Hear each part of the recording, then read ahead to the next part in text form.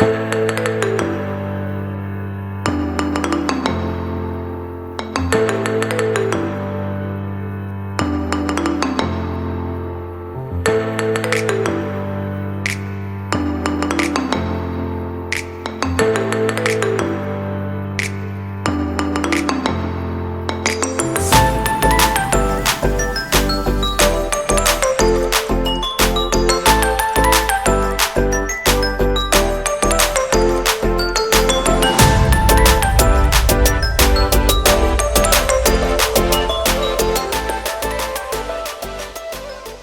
bien salut tout le monde, aujourd'hui on se retrouve pour une nouvelle vidéo et comme vous avez pu voir dans l'intro, on va aujourd'hui parler de mon nouveau boîtier qui est le 465X de chez Corsair. Donc je pense que vous avez pu le voir, j'ai pu le poser sur mon bureau parce que forcément, vitre sur le côté, on voit l'intérieur, 3 ventilateurs RGB, je le voyais mal un peu le laisser par terre. En termes de hauteur, il fait 455 mm, il va faire aussi 467 de largeur et il va faire 216 de profondeur. Alors ce boîtier est un moyen tour parce que j'ai pas voulu non plus prendre trop grand parce que ça allait prendre beaucoup trop de place sur mon bureau, sachant qu'il va y avoir quelques petites modifications et je vous en parlerai dans la prochaine vidéo. Donc comme je vous disais, ce boîtier est un moyen tour, donc il peut très bien supporter du mini TX, du micro ATX ou bien même du ATX et peut contenir jusqu'à 6 ventilateurs 120 mm et aussi également du 360 mm, mais uniquement sur la façade parce que du coup on va pouvoir justement en mettre un, mais il va falloir enlever quand même la cage du disque dur. Comme je vous disais, au niveau des ventilateurs, on va en avoir 3 en façade de 120 mm qui tournent jusqu'à 1500 tours par minute, donc pour vraiment un flux d'air optimal. Bon, bien évidemment c'est pas le meilleur, mais il est quand même largement suffisant. Chaque ventilateur va être composé de 16 LED RGB qui vont pouvoir être contrôlables directement depuis le software IQ. Au niveau de l'espace de stockage, on va quand même être sur quelque chose d'assez évolutif parce que du coup on va pouvoir mettre jusqu'à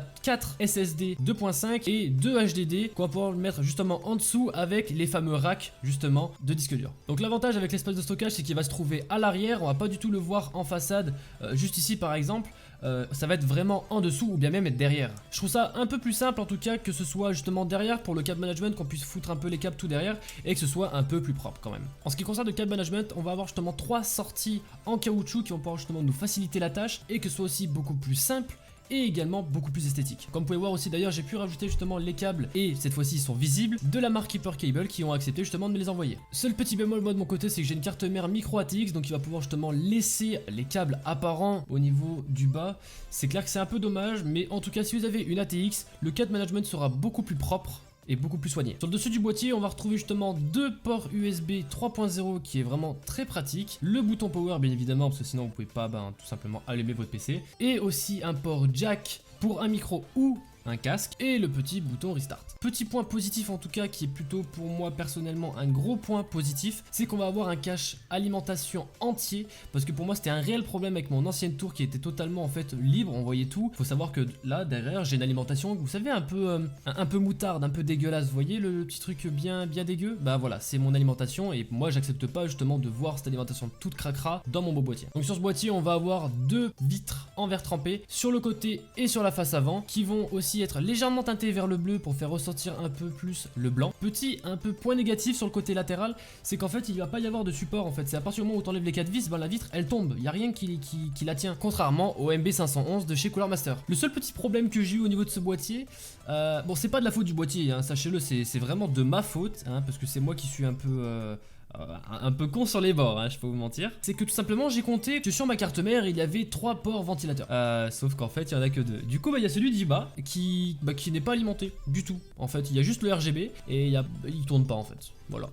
Mais ça n'empêche pas en tout cas l'utilisation du boîtier. Bien évidemment je vais m'acheter un adaptateur que je puisse justement le mettre et qu'on puisse utiliser les 3 ventilateurs. Mais c'est vrai que je me suis fait surprendre et je pense qu'en fait c'est un peu un problème de ma part. Au niveau de montage c'est vraiment très simple, on a vraiment une grande place, il n'y a pas besoin de glisser nos mains etc. Demander à notre petit frère qui a des toutes petites mains qui va pouvoir justement mettre la vis etc. C'est vraiment très simple en tout cas à monter le PC. D'ailleurs pour ceux qui l'ont vu, je l'ai fait en live, j'ai fait aussi notamment un autre PC justement comme je vous disais, le Master MB511 de chez Cooler Master. Donc au niveau du montage rien à dire, franchement rien du tout, c'est vraiment un boîtier qui est parfait, il a vraiment la place qu'il faut largement pour justement monter notre PC. Donc comme je vous disais au niveau du RGB on va pouvoir le contrôler grâce au Lightning Note Core qui est directement intégré depuis le boîtier. J'ai trouvé ça vraiment énorme pour 124 € de mettre justement le contrôleur à l'arrière ainsi que les ventilateurs RGB bien évidemment.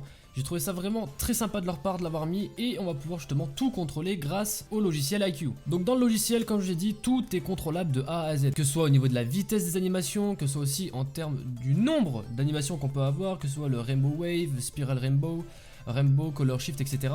On a vraiment un panel de choix qui est vraiment juste énorme. On va avoir aussi par exemple que les ventilateurs réagissent avec une musique par exemple. On peut vraiment avoir plein d'animations et surtout on va pouvoir justement en sauvegarder quelques-unes qui sera vraiment un point très intéressant. Donc pour moi ce boîtier a vraiment tout pour plaire, que ce soit au niveau de l'espace lorsque vous le montez, que ce soit au niveau du design parce qu'il est vraiment très stylé. Surtout en blanc, c'est vraiment ma couleur favorite et vous allez voir justement dans la prochaine vidéo qui va suivre, donc vraiment restez connectés un maximum parce qu'il y a du lourd qui va arriver. Pour ceux qui veulent m'aider au projet qui va arriver, j'ai pu vite fait en parler, il y a également le Discord auquel on en parle parce que je vais changer mon setup pour ceux qui ne le savent pas et il faut vraiment que voilà, vous m'aidiez à trouver un peu des idées, etc. Du coup dans la description vous allez avoir le lien vers notre Discord et ça va directement vous rediriger vers un salon qui s'appellera Setup Japon. Je vous en dis pas plus, je pense que vous en avez déjà assez entendu et ici vous pourrez directement balancer toutes vos idées, on vous accueillera comme d'habitude, on va vous expliquer aussi également le projet et pour ceux qui veulent m'aider, les liens qui sont juste en dessous de Discord sont également pour me soutenir. Donc voilà, j'espère en tout cas que cette nouvelle vidéo vous aura plu, n'hésitez pas à liker, partager, commenter et surtout à vous abonner si ce n'est pas déjà fait et puis bon on se retrouve dans la prochaine vidéo, ciao.